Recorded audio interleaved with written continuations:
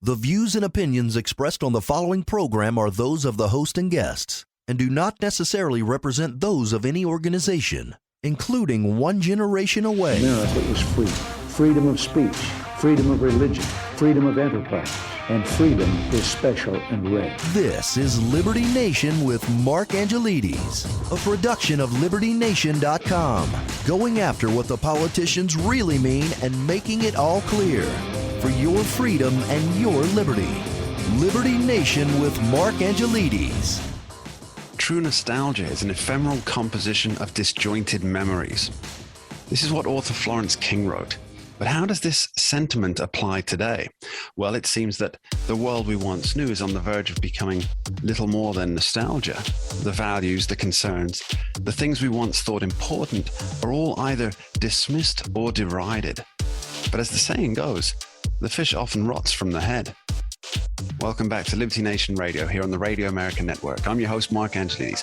And on today's show, we talk mask mandates, woke Disney, Putin's no plan game plan, and we discuss the battle between free speech and compelled speech, and a whole lot more besides. I want to take a moment to say a special thank you to our listeners out in Evergreen, Alabama on WNWF 1470 AM and WPNS on 1140 AM. Thank you for being here. And remember, this show is proudly sponsored by LibertyNation.com, where you can access podcasts, breaking news, analysis, and a range of biting and brilliant shows that will whet your appetite for freedom and your fondness for the great American Constitution. Let's get started. Should you or shouldn't you? That's the question regarding face masks on public transport in America. Well, it's been a back and forth, as we've all seen. But to help us delve into the politics of it, what's really behind and what we can be expecting coming up, we're lucky enough to be joined by Liberty Nation's editor-in-chief, Ms. Leesa K. Donner. Welcome back to the show, Leesa. Thanks, Mark. Good to be here. So, Leesa, give me the basics. Give me the rundown of what's happened so far. All right, here's the skinny, Mark. Just when you thought it was over. I mean, you feel like you should be singing a song. You know, it's unfortunately the federal travel mask mandates have become such a political football. And so, you know, they were set to end, and then they were set to end again, and then they were set to end again. You know, it's a constant extension. But this last time, a federal district judge, and that is true, actually, that title, federal district judge in Tampa said, enough already, you know, done, fini. And she struck down the federal mask mandate for public transportation on Tuesday. And then in kind of an after hours thing, up comes the DOJ and says, well, you know, if the CDC says we should go ahead and challenge this, let's challenge this. But in between that time, there was a little bit of time for the Associated Press to get a poll out, but I'll stop there and let you. Sure. There's so many facets to this story. I mean, we had directly after the judge ruled that what they were doing, the CDC's order was basically unlawful. You had Joe Biden made a quick response and says, well, you know, I guess people can wear masks if they want to and not if they don't. I know. So is this a case of we have a rogue Joe Biden? No, you know, he's consistently not knowing what's going on. You know, I think there's nothing new here. You know, they tell him what to say. And, you know, I hate to be so mean, you know, because I do think he suffers from a problem here. But, you know, he has to answer if he's president of the United States. And I just think he's out of touch. But I will say a little bit in his defense, it is hard to keep score, you know, to mask or not to mask. I mean, tomorrow, for instance, I'm going to get on an airplane. And I'm going to get on an airplane without wearing my mask. But you bet I'm going to have one in my back pocket. Absolutely. It's the sensible way to do it because you never know when things are going to change. But speaking of Joe Biden not really knowing what his government's doing, isn't that a serious cause for concern for Americans that it's not Joe Biden who's making decisions? Because that's what it seems to outside observers. It seems that it's not Joe Biden making the policy. And if that's true, then who is? No, you're right. And I think everybody thinks it's his staff because they're always contradicting him. But look, we're more than a year into this. The American people are sort of used to him being out of it. So what we're having to do is just live with it. I mean, we got to live with it. What are the alternatives here? They're not good. and just push on and deal with, the people or the powers that be. I don't know if it's Ron Klain. I don't know who is running things, but they seem to always contradict Joe. But, I just wanted to bring up one thing, and that was the AP poll that said 56%. That was my next question, yeah. Yeah, okay. Go ahead. Hit me with that. Hit me with those numbers. 56% of Americans are okay. In fact, they want mask mandates on federal transportation, on public transportation, let's say, not federal transportation. The AP NORC, Center for Public Affairs Research, said 56%. And of course, they said it's along party lines. 80% of Democrats said to keep their masks. We're all for it. But 45% of Republicans said, I've had it. I wonder, are they polling people who have never gotten their rear ends on a flight in America or anywhere else? Are they talking to people that actually get on Amtrak and have to sit for 3 hours or longer in, a mask to get from Washington to New York? Are they dealing with people who have to go 5 hours from, say, Washington to LA? I mean, come on. I don't know a single soul, and maybe I'm living in a bubble. Okay, you can accuse me of that. I don't know of a single soul that is really so excited to get masked up to get on a train or a plane. Well, I think there's two aspects to that, really, Leesa. I mean, when you look into polling like this, they're not differentiating for people who get to travel in their cars to work and back. Now, any federal mandates on businesses, that's done. That's already done. So these people, they don't have to wear masks anyway for going to work. So you've got people who drive to work. So they're not going to really care one way or the other. They don't have a dog in the fight, as it were, in terms of traveling on the planes or traveling on Amtrak or on public buses on a daily basis, that kind of thing. They don't have a dog in the fight in that. And the other aspect that I think is vitally important is that mask wearing has become very much a way of virtue signaling for many people, and supporting the mask also is a way of virtue signaling that I'm a good person because I care about others because I wear a mask. And that's the messaging that's been coming out from the White House since Joe Biden got into office. So when people say, are you for or against the masks?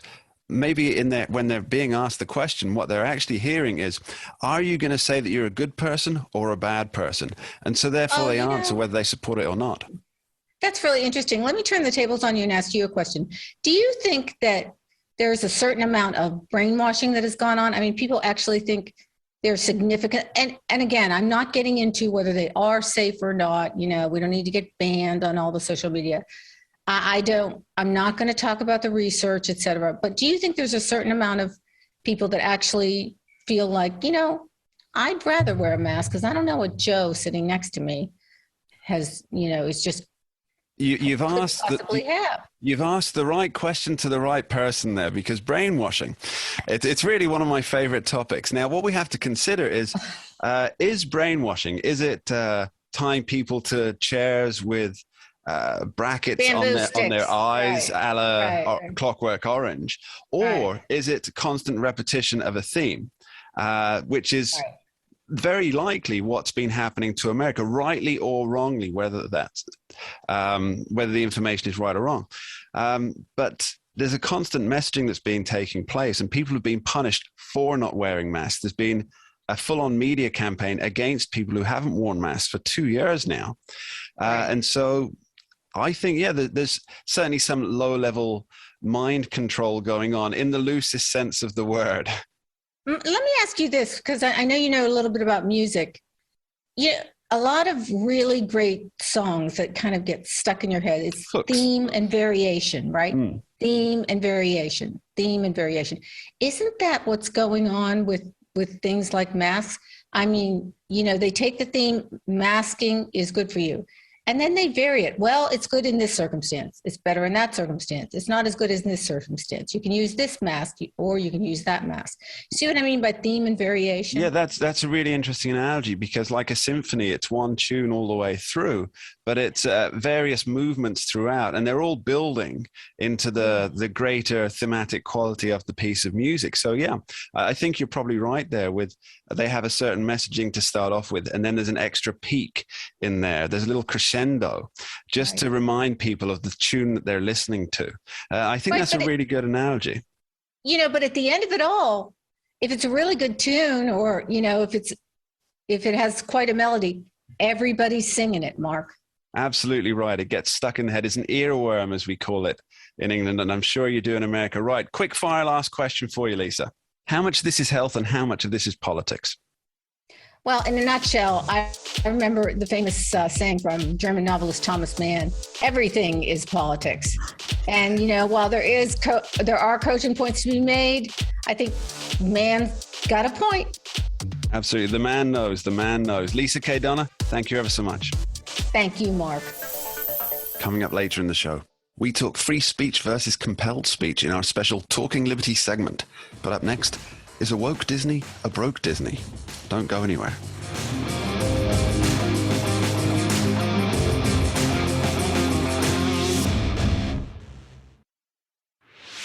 For your freedom and your liberty. Liberty Nation with Mark Angelides. The Walt Disney Company is in the news again, but for all the wrong reasons. Has the Magic Kingdom's political attitude costed a future generation of customers? Well, that's what we're going to find out with author and podcaster, Mr. Jeff Charles. Thanks for coming back, Jeff. Yeah, thanks for having me on. So tell me, has Disney, the corporation, has it done irreparable damage to its reputation? I don't know if I would go so far as to say it's irreparable. A lot of these things tend to blow over, but it definitely has hurt itself. Now, what I will say is that if they do push the agenda that was revealed by Christopher Rufo, then yeah, they will end up causing irreparable damage. People want their kids to watch Mickey Mouse or Goofy or Donald Duck. They don't want to be indoctrinated. They don't need to be preached at. Parents don't want that. So Disney would be wise to read the room here. Yeah, I think reading the room here is probably a very key point, because it seems a lot of the support that Disney has for pushing this particular agenda of theirs, it's coming from people who are A, very political, B, quite young, but C, and this is the most important part, probably not that many are parents. What's your take on it? No, I agree with that. I mean, it's a very small fringe. Even within its workforce, I mean, it was a small number of employees who were really pushing Disney to come out against the parental rights and education bill. The majority of employees weren't really pushing for that. And I'm sure a lot of them were members of the LGBTQ community and actually they were right. This was actually shown later that a lot of employees were pushing back on Disney doing this. And some of those were members of the LGBTQ community as well.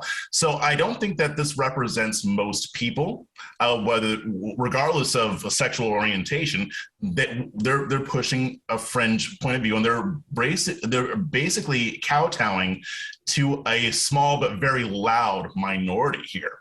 But it could also be possible that some of their leadership are true believers in this as well, so they also want to push it. But I don't think that that's likely. I think that they're just making a bad decision here. Now, the question for you, do you think they'll carry on making these, as you say, these bad decisions, or do you think that they will eventually feel the squeeze? Because I've noticed that people are stopping their subscriptions to Disney streaming channels, things like that. People are avoiding buying the products, the merchandise that goes along with seemingly every Disney production that comes out. There's associated merchandising, which I'm assuming is a large part of the revenue they get. And of course, the theme park itself, the theme parks themselves. So people are basically voting with their wallets on this. How long do you think Disney will keep pushing along this particular path when their profits are suffering? It's hard to tell. I've been thinking about this a lot, Mark. It's hard for me to get out my crystal ball on this because it's really going to depend on how much it hurts them in their pocketbooks. I mean, the thing about Disney, because on the other side of that, Disney owns about everything that people love. I mean, are people going to stop going to see Star Wars? Are people going to not watch The Mandalorian when it comes out, or Kenobi when it comes out on Disney Plus?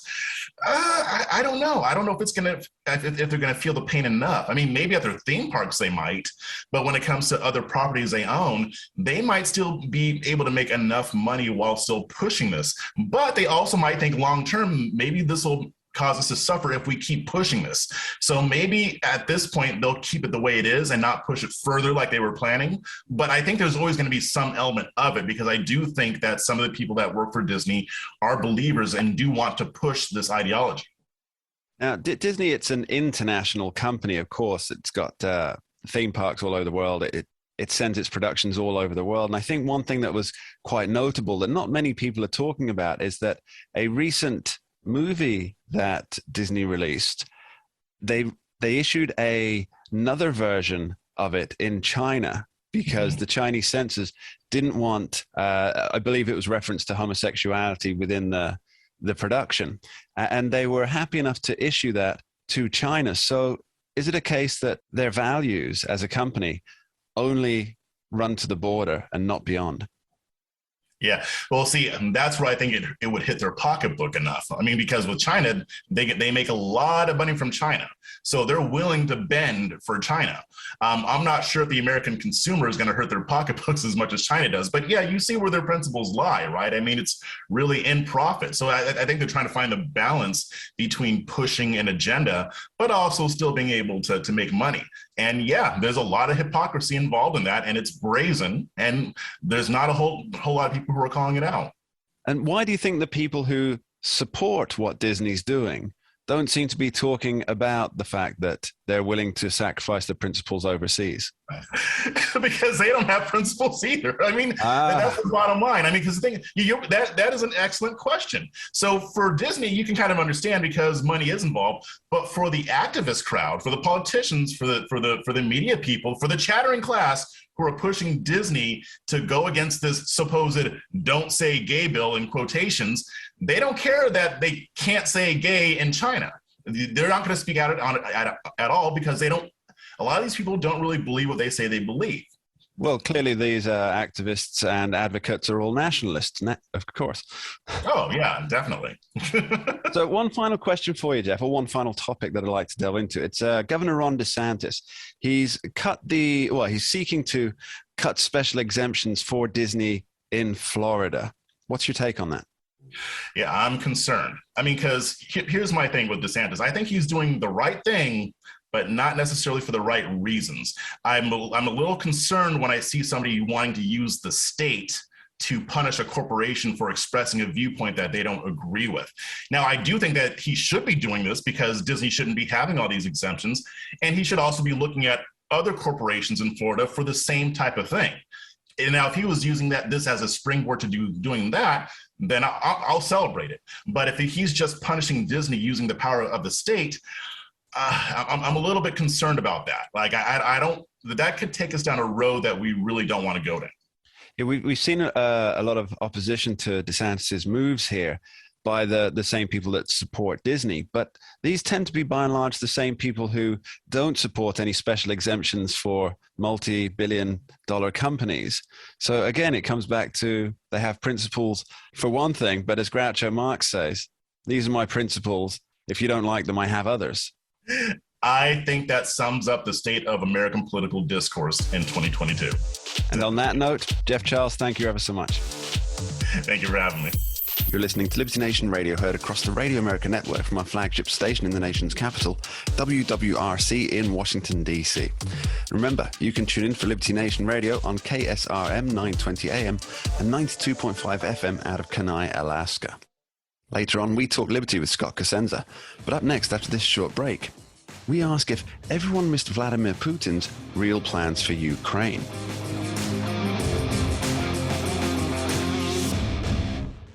America is free. Freedom of speech, freedom of religion, freedom of enterprise, and freedom is special and rare. This is Liberty Nation with Mark Angelides, a production of LibertyNation.com, going after what the politicians really mean and making it all clear for your freedom and your liberty. Liberty Nation with Mark Angelides. The dominant narrative goes that Russian President Vladimir Putin was shocked to find such Ukrainian resistance, and as such has had to curtail his invasion plans. But is the world and the government underestimating Putin? And is he following his original game plan, unbeknownst to the West? Well, to dive into what's really happening and to try to answer these questions properly, we're joined by former Principal Undersecretary Defense Controller and expert in all things defense, Mr. Dave Patterson. Thanks for coming back, Dave. Thank you, Mark. Happy to be with you. So, Dave, initially we were told that Putin could take Ukraine in 48 hours. I remember those headlines. That was the estimation. And yet here we are almost 2 months down the line. And it seems that he's refocusing his efforts on the Donbass region. Now, I can't help but think that not only was the Western assessment wrong on multiple levels, but that we still don't really know entirely what Putin's plans are. What do you make of it? Well, I think it's always hard to determine what the motivation for the Russians are. But I think that what you were looking at... Vodka and American blue jeans. Yeah, well, that too. But yeah, maybe we could use that, as leverage. Stop the flow of Levi's, stop the Russian invasion. But you look at what Putin and his forces did, and it was based basically on the fact that they had a misperception of how easy this was going to be. They totally misconstrued the level of resistance, obviously, and they didn't understand very much about low-intensity warfare and people fighting in their neighborhoods, which they know very well. But I think when you step back, you have to say that, this was kind of a no-plan plan. They just thought they were going to move into the Ukraine. In fact, more than a plan, I think it was what you were looking at is simply a Russian behavior. Right. You see, the way I'm analyzing this, and I might be completely wrong here, but for those of us who have played the board game Risk, I think we're all sitting here thinking that Putin's initial jabs at Kiev were really just a distraction to give him time to shore up the Donbass region. And now that's not a new strategy by a long shot. We've seen military leaders do this for quite literally thousands of years. How is my analysis here? Well, your analysis may be very correct, but it was pretty costly for the Russians. I mean, they've lost now roughly 25% of the force that they came into Ukraine with. Estimates are as high as 20,000 soldiers killed in roughly 57 days. The Russians lost only 15,000 between 1979 and 1989 in Afghanistan. So this has been a pretty costly effort if it was just a diversion. I'm quite confident that what Putin thought was going to happen was he was going to come in, he was going to surround Kiev, he was going to bring them to their knees, and they would, sue for peace. That has never really been a very good strategy. What would that suing for peace tactic have looked like? Would it be that they declare independence for, or allow independence for Donetsk and Luhansk, and then a further guarantee that Ukraine won't join either NATO or the European Union?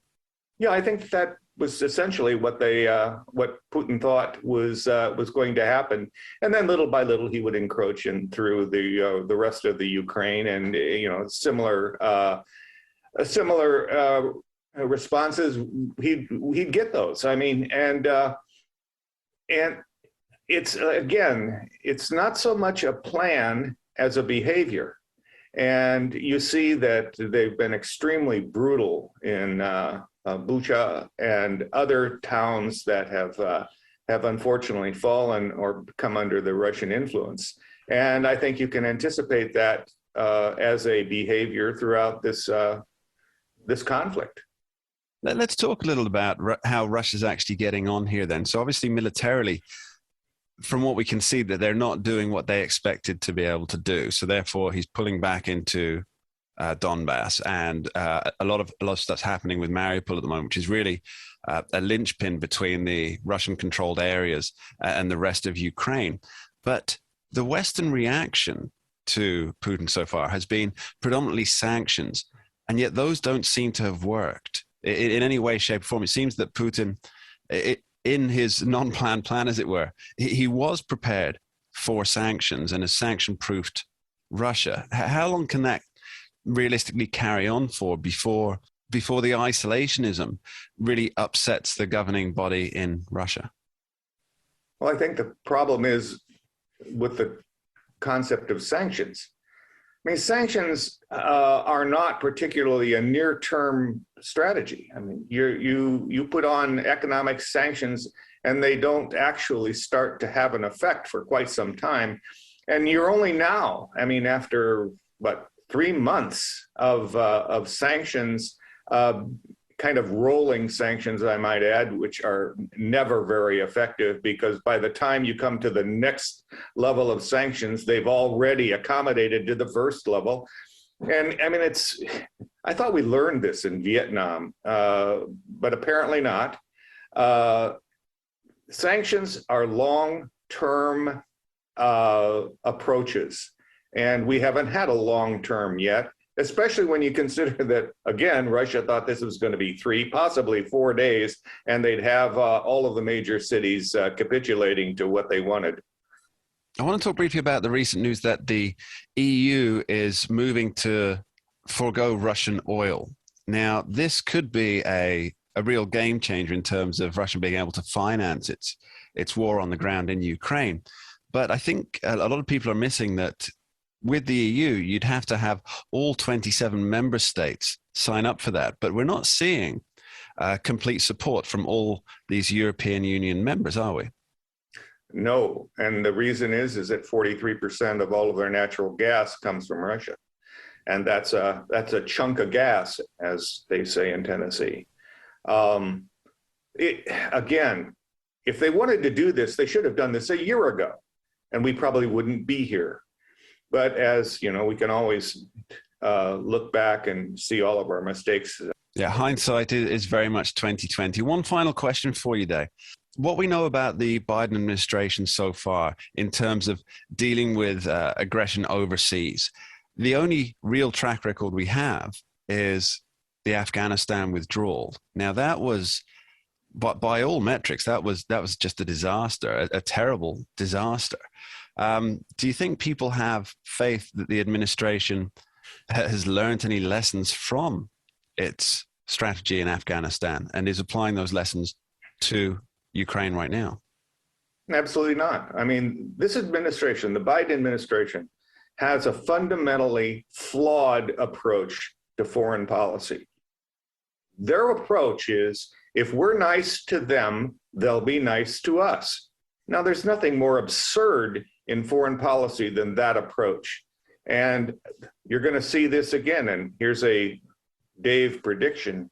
You're going to see this again in North Korea. They're still holding to the idea that they can negotiate with Kim Jong-un. You can't.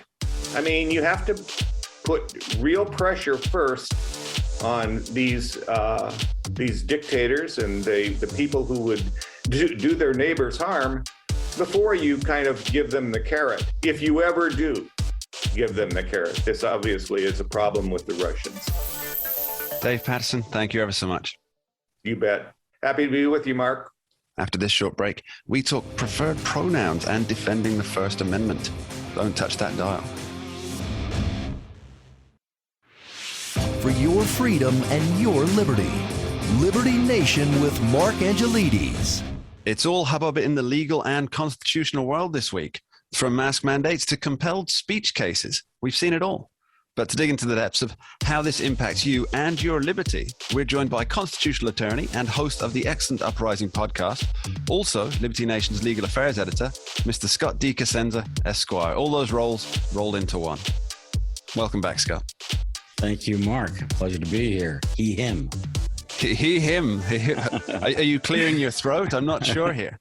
Okay, so let's start with the issue that I know everybody wants to discuss, and it's the state of free speech in America. Now, we've seen a lot of debate about this and how it should be regulated with the news of Elon Musk and his plans to take over Twitter. But there was a recent case out of Shawnee University. Can you give us the broad strokes on that? Mark, free speech in the United States rests in one place, and that is with the people. If they demand free speech, they'll get it. And if they are tolerant of censors or demand censorship themselves, then that's what they'll get. And I think that what we've seen now with the reaction to Elon Musk and Twitter does not give a charitable account for how most Americans feel about free speech, or at least many Americans. Maybe I don't want to go too far and too cynical, but it hasn't been encouraging. So in any case, Nick Merriweather is a professor at Shawnee State University in Ohio, and he sued that university in 2018 because they basically disciplined him for refusing to use one of his students' preferred pronouns. This student, whose preferred pronouns deviated from their observed biological sex, demanded that he call that Professor Merriweather call them by their preferred name pronouns, and he said, "No, I'll call you by any name that you want, but I will not go ahead with your preferences with pronouns." Well, that student said right at the time that they were going to try to get him fired. They weren't successful in getting him fired, but they were successful in getting an investigation and disciplinary letter and some other negatives. Which is not permissible if, in fact, it was free speech. And that's what Professor Merriweather argued in his lawsuit. And he got a $400,000 check from the university, along with his legal fees paid when that case came back finally and recently. Now, it's funny that this case has come up, and it seems so new, because isn't this exactly the issue that Professor Jordan B. Peterson first came to prominence for, where under the Canada's new law was that he would have to use the preferred pronouns of people, and he refused to succumb to what he called, and what I believe is the technical definition of it, coerced or forced speech. Yeah, so compelled speech is how I usually phrase it, and that's exactly that's my understanding of exactly what Peterson was on about. He the whole sort of spark that ignited his international fame is really that video where he says, it's not about whether I choose to say these things. It's just that I refuse to be compelled to say them. And so, yes, the difference, of course, is that Justin Peterson was a Canadian professor in a Canadian college.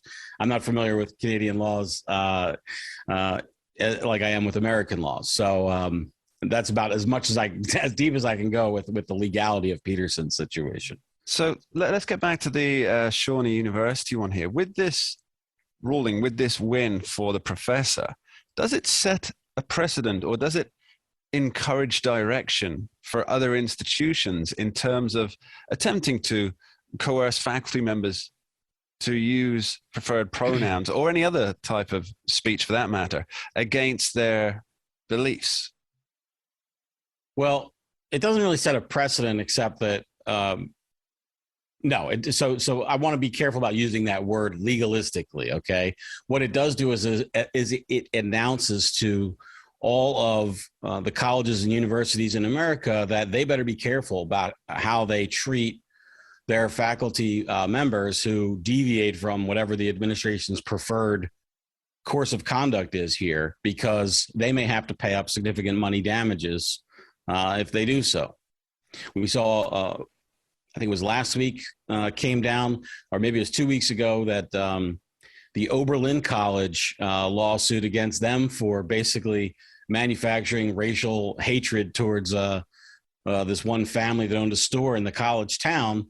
They had to pay, or were ordered to pay, I think it was $32-ish million, depending on how it's counted. And the more these kinds of, we've just really seen the wave of these lawsuits come in now to where these awards are being upheld, which is what happened in the case of Professor Merriweather and with Oberlin. So I think it's just like, okay, we have the initial instances that generate these cases, and then now we have the result. And when the results come in, and there are many results that are piling up and by and large against universities, well, that's when the sort of board of trustee meetings come in and they say, hey, maybe it'd be good to keep some of our money in our pocket and not violate these people's rights. So we're seeing that in the academic world. What about in the private business world? Well, in the private world, you can punish people for their speech. If you work at a company and you don't like the way somebody talks, you're free to fire them if you like. So, well, yeah, no problem. The term, it's a private company, it can do what it wants, that used to be so popular before Elon Musk said that he was willing to buy Twitter, and has now reverted to almost crickets. That's not a term that's used very much anymore. So let's talk briefly. It's so horrible how he wants to increase freedom of speech on Twitter. So, well, let's delve into that a little bit. You see, we've had a lot of people in the media, it's shameful, Mark. It really journalists saying that we need more regulation of speech on the internet. We need more censorship on the internet, although they don't use the term censorship. What's your take? My take is that that's a national scandal from every journalist, really every public personality whose work depends on the dissemination of ideas. It's scandalous for, but especially for journalists, that they should want more censorship. It just tells you how far down the rabbit hole we've gone with people not respecting freedom of speech and not understanding that their freedom of speech depends on your freedom of speech and my freedom of speech. And it's going to be it's one of those things where I don't want them to have to learn their lesson the hard way. That would be awful as well. So we have to do the best we can to convince these misguided souls that freedom depends not on censorship, but on freedom. I think it would be an interesting experiment to see if schools across the nation were to be as keen to teach what the First Amendment is as they are to teach. Right. Yes. This biological, whatever, differences between boys and girls that seem too advanced for grade level, that kind of thing. Is that where you were going? That is exactly where I was going. It's funny how the priorities seem so mismatched. Well, we have this doxing of the libs of TikTok account. And that seems to be right on point with what you're saying. I mean, this account does nothing but repost the fantastic and often scandalous public videos that often liberal teachers post about exposing their young school students to aspects of their gender identity and sexuality, which seemingly have no place in school, whether we're talking about a kind of conservative or heteronormative culture or some wildly progressive one. It's not the business of a second grader in any case. Yeah, I think it's notable that libs of TikTok isn't passing comment or judgment on the videos. They're using publicly available videos that these teachers, these educators have put out onto the internet themselves. And I think the argument that we live in echo chambers, I think libs of TikTok, they were pretty much breaking down those walls of echo chambers and exposing people from one side of the political spectrum to people on the other side of the political spectrum. And shouldn't that be applauded?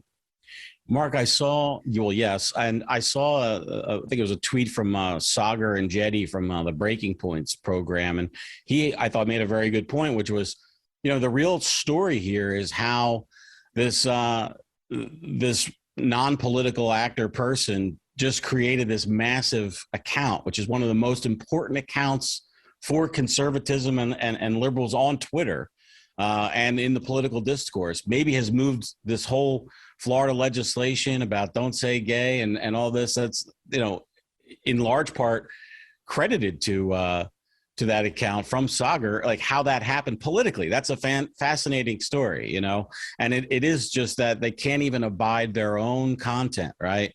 When the light's shown on it. There's nothing more devastating than a mirror, Scott. Thanks ever so much for joining us. Gee, thanks, Mark. That's almost it for this week on Liberty Nation Radio here on the Radio America Network. I want to thank our guests, Leesa K. Donner, Jeff Charles, Dave Patterson, and Scott Cosenza. And of course, you, the faithful listeners, for taking the time to join us. You're always appreciated. My parting shot for this week: it seems that we have become distracted politically. Rather than focusing on the fundamentals of what makes a nation exceptional, we're caught up in the weeds of preferred pronouns, gender education, legacy media talking points, all distractions from what those who want to preserve a nation need to be looking at: how to strengthen the Constitution and apply its principles to the modern political sphere. As President Abraham Lincoln once said, "Don't interfere with anything in the Constitution. That must be maintained, for it is the only safeguard of our liberties." And there can be no more noble goal nor aspiration than preserving the very things that make us free. Perhaps the time has come to refocus on the Constitution and the Bill of Rights as the guiding documents they were always meant to be.